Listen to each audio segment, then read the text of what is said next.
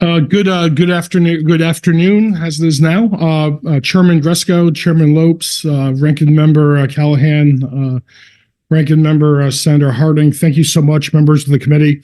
I'm here with Voluntown First Selectman Tracey Hanson to speak in very enthusiastic support of HB 5350, an act concerning the enforcement of boating laws on bodies of water near the Rhode Island, Massachusetts, and New York borders. Voluntown is home to one of our best natural resources here in the state of Connecticut, Beach Pond. We have Finn Beach. We have beautiful pine trees that are along the pond itself. The sunsets at Beach Pond is absolutely amazing. And we want to encourage you all to check it out, as many do. It's a great place for great recreation for all of us. Unfortunately, in recent years, really since 2015, there's been a boat launch. This is an interstate body of water. Part of it is in Connecticut in Voluntown. The other part is in the state of Rhode Island. Rhode Island being undeveloped, we have gotten some riffraff with jet skis and boats where people are coming into the Connecticut side, being very aggressive with kayakers, with people who are swimming in the water, posing some dangerous situations. Our law enforcement hands are tied as far as pursuing with that invisible line, not knowing exactly where the Rhode Island side is. This bill would allow for that reciprocity to be able to pursue into Rhode Island. And I'm going to turn the mic over to First Selectman Hanson to give you a little more background on the problem and situation. First Selectman. Thank you. Thank you so much for your time today. And thank you for hearing my frustration in this issue. It's been going on even before I was first selectman here. In 2015, Rhode Island Department of Environmental Management, Rhode Island DEM, put a boat launch in on the Rhode Island side of the pond. In my written testimony, I included a little map of the pond, if you have that to see. The Rhode Island piece is small.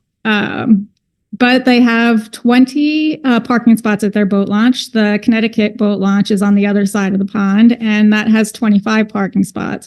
Both of these boat launches were put in by a federal grant for fishing and boating. So the purpose of the both boat launches are for boating. Our main issue in Voluntown for the residents and for the visitors, because Beach Pond is a tourist destination for both Rhode Island and Connecticut. The Rhode Island side of the pond is Arcadia State Park. They don't have residents on that side, so all the complaints that Rhode Island gets are from by residents in Voluntown and also from visitors.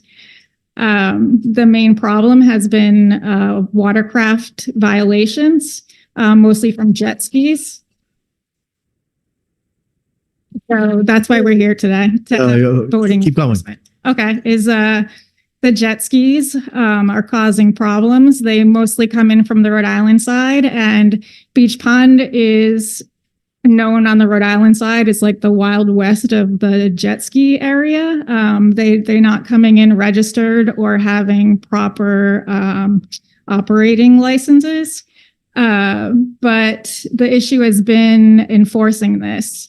DEM has not gotten out on the pond. They did during COVID. I used to call them all the time and they were getting out there, but they were only on the little piece of Rhode Island side because they can't enforce on the Connecticut side.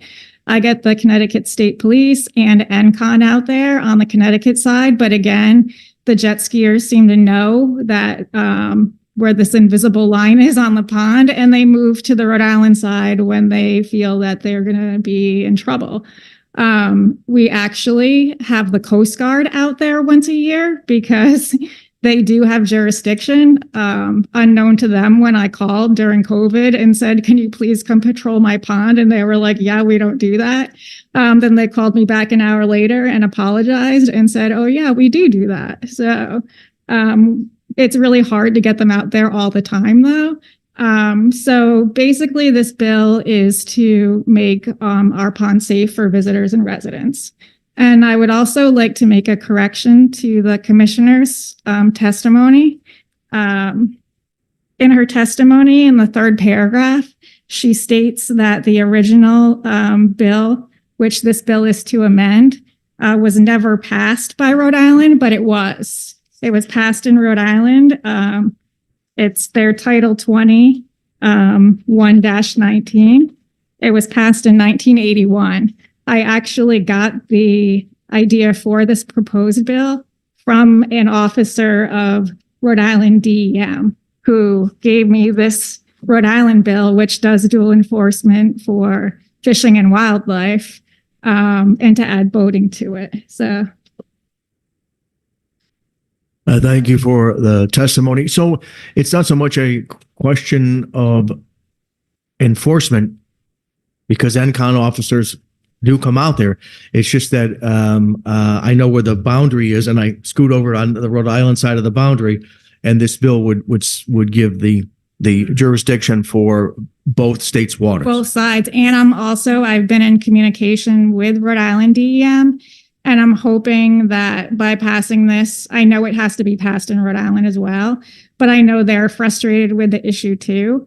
And I also believe that for them to go out there and patrol a little tiny sliver of the pond, if I had them, if this was in place, they would be more, they'd have more power to share in the enforcement responsibility. So it's not always Connecticut out there on the pond or the Coast Guard, but then they could be a part of the tool in the toolbox as well. So. Thank you. Anyone with any Representative Callahan? Thank you for coming in. Good to see you, Representative Lanoue.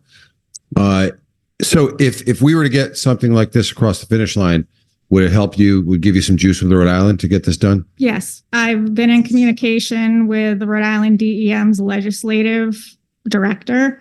And I also been in contact or will be in contact with the state rep for Exeter, Rhode Island, to help get this through over there. So. And that's good. So we'd like to get you that. Now, when it comes to the pond is deep out there, patrolling it?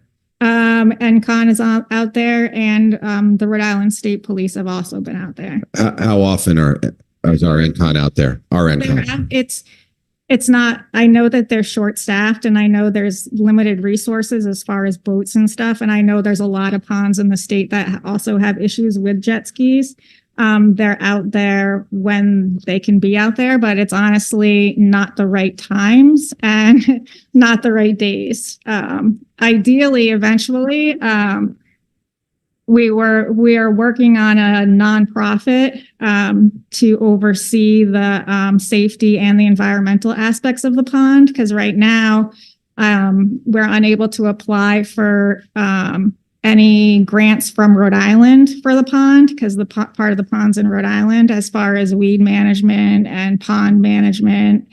So we're hoping to have a nonprofit where, with the help of DEP, we'd be able to hire our own seasonal pond patrol. So we're not dependent on all these other agencies to step up and do it. And I'll talk to Representative Lanoue about that, because we did that in my district. We established under, I think, 151B, a lake patrol, which would probably help you. That's what we're trying to do. Okay. And it'd be nice.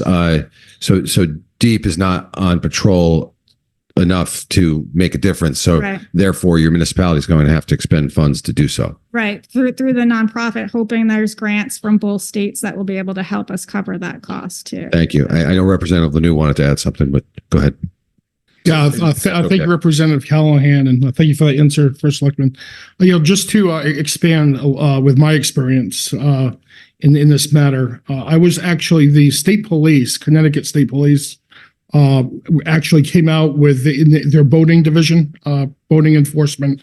I was on the lake with them one day, one afternoon, and where we actually observed some drinking with people on their jet skis driving very high speeds, and as the patrol boat was pursuing them, they had to actually stop because it was at the point where they were getting close to the line and they're getting away with it. And of course, I'm not a police tactician, but they have their procedures as far as when to, how to pursue somebody, when to actually essentially block them to try to board the craft, or actually have to stop the craft. So by the point they determined they had to do that, we're getting into Rhode Island waters. So I saw this live time. one summer afternoon, and where the hands were tied. So, and I've actually had conversations offline with law enforcement, and they're actually being disincentivized to go out there, because if they can't properly enforce the law, because they don't know where that invisible line is, and it can open them up to all sorts of litigation, all sorts of problems. There's no point in being there if they can't do the proper enforcement. So again, that's why this bill is so crucial. Thank you. Thank you for making the drive to come here. Thank you. Thank you, Representative Callahan. Senator Lopes. Thanks. Hi. Quick question. As I drive through this pond quite often on the way to visit family in Rhode Island, I'm looking at your map and your testimony where you have the little green dot says start. I assume that's the boat launch. Yes. So that's the one in Rhode Island is the one right on 165. Yep. And then the Connecticut one is the one buried off another road. Okay. I do see the activity on that Rhode Island boat launch when I drive through there. It's quite active. Thanks. Thank you. Oh, sorry. I contacted Deep to touch base with you about the discrepancy in the testimony. They'll be looking for you hopefully soon. Thanks. Thank you, Senator. Representative Veach, followed by Representative Dubitsky. Thank you, Mr. Chair. I think Representative Callahan covered most of the questions that I had made notes on. I do have one more thing I just want to add. The U.S. Coast Guard, they do have jurisdiction on this pond. Do you get any assistance from them at all? Perhaps when they cross over into the Rhode Island, waterway? Thank you. We've been able to get the Coast Guard out there at least once per season since COVID. The population on the pond has gone up a lot since COVID, and people started doing more outdoor stuff. Okay, thank you both for coming out and bringing this to our attention today. Yeah, yes, Representative. Thank you, Representative. I appreciate that question as well. And the Coast Guard has been kind enough to go out there. It is technically an interstate body of water, but if you think of what the Coast Guard is charged with, they're in charge of the vast oceans, tracking down drug trade, drug trafficking, all sorts of issues with our oceans, patrolling Long Island Sound. So, of course, what they represented to us is the ability to set up some sort of permanent command station, some sort of command post on Beach Pond is just not realistic with the resources and manpower that they have. So.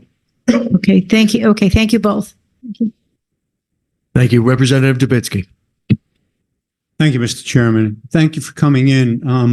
As Representative Lanoue knows, we had discussed this earlier. I was concerned about the constitutionality of this bill and about any compact that Connecticut may enter with Rhode Island.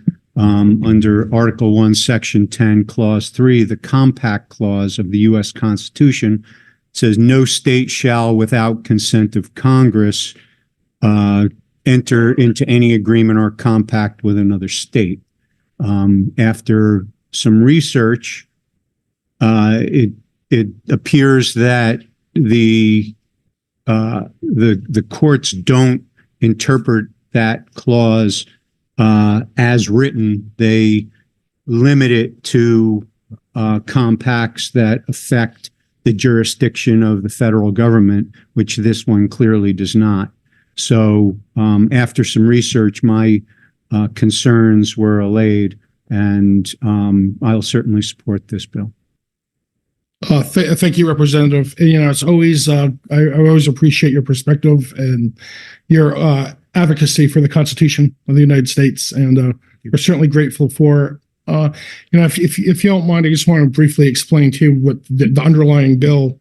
There's already an established agreement among us and Rhode Island, and it's an agreement per se, and not necessarily a compact as it relates to wildlife enforcement.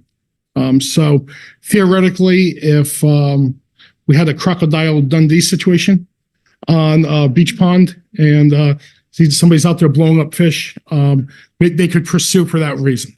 What we're trying to do is tuck in boats and jet skis, so it can be more than just simply fish or wildlife, but also we want to tuck boats in there. So the boats, the jet skis, where somebody's out there intoxicated, there's been stories. There's been, as you saw from the written testimony, there was a close call where there was a 4 or 5 jet skis going racing very fast from Rhode Island into Connecticut. Almost did a head-on crash with somebody out there kayaking. There was another situation where there was a grandfather in the water with his granddaughter, a very young granddaughter. Jet ski came by very fast, almost decapitated both of them, hit and decapitated both of them. It was a very close call. And these are real stories. This is not hype. This is not made up. We see these accounts in testimony, and the situation is very dire, and we need to get the boating tucked into this already established agreement that's been around, I believe, since 1949. So, and thank you again, Representative, for your support. I very much appreciate it. Thank you. And thank you, Mr. Chairman. Representative Palm. Thank you both for being here. You talk a lot about the jet skis. Do you find that in the body of water that you're concerned about a problem similar to what I've got going on in my district, which abuts the Connecticut River, which is flotillas, people linking boats together and flying political banners? Is that a thing, or is it mostly the individual jet ski operator that concerns you? We haven't had an issue with the flotillas. It's mostly jet skis. Right. Okay, great. I'm glad for you, because they're terribly dangerous, and perhaps it's because it's a bigger body of water, but people are linking boats illegally and hopping one to the next, and it's chaotic, to say the least. So thank you for being here. Thank you, Representative. Seeing no other comments or questions, appreciate your testimony. Thank you. Thank you. Thank you, Mr. Chairman. Appreciate it.